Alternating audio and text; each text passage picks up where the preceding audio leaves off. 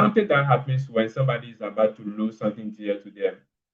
I'm trying to engage as much as possible with designers around me to see how they are preparing, but most of them still think that everything is just going to be normal. Like we've never only live, particularly those of us who are first level in the job market, we have never only experienced massive disruption. Like what do I mean? There was a time where our way of communicating was through letters. We were not using phones. If you want to reach somebody, you have to write a letter. You send it to the post office, and then the letter is sent over to someone else.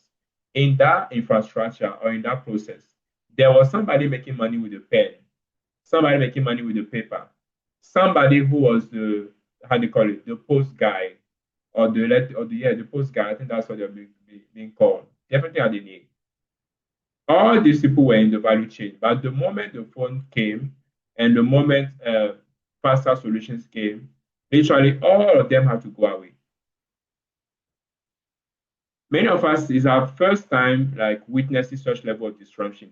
And I understand, like I've actually experienced that type of disruption myself. I never thought that something like that could have happened.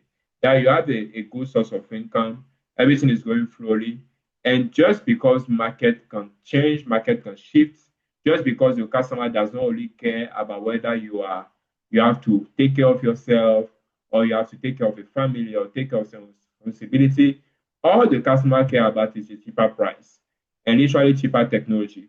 So the moment they find something like that, the customer will dump you.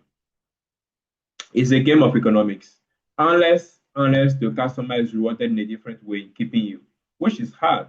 Because if that customer is also making business and also has some competition, keeping you despite the fact that there is a cheaper technology available means that they will have to charge higher compared to their competitors. And they may also expose themselves to another secondary level of disruption. That's why you want to be aware, you want to know what's here, you want to know what's happening.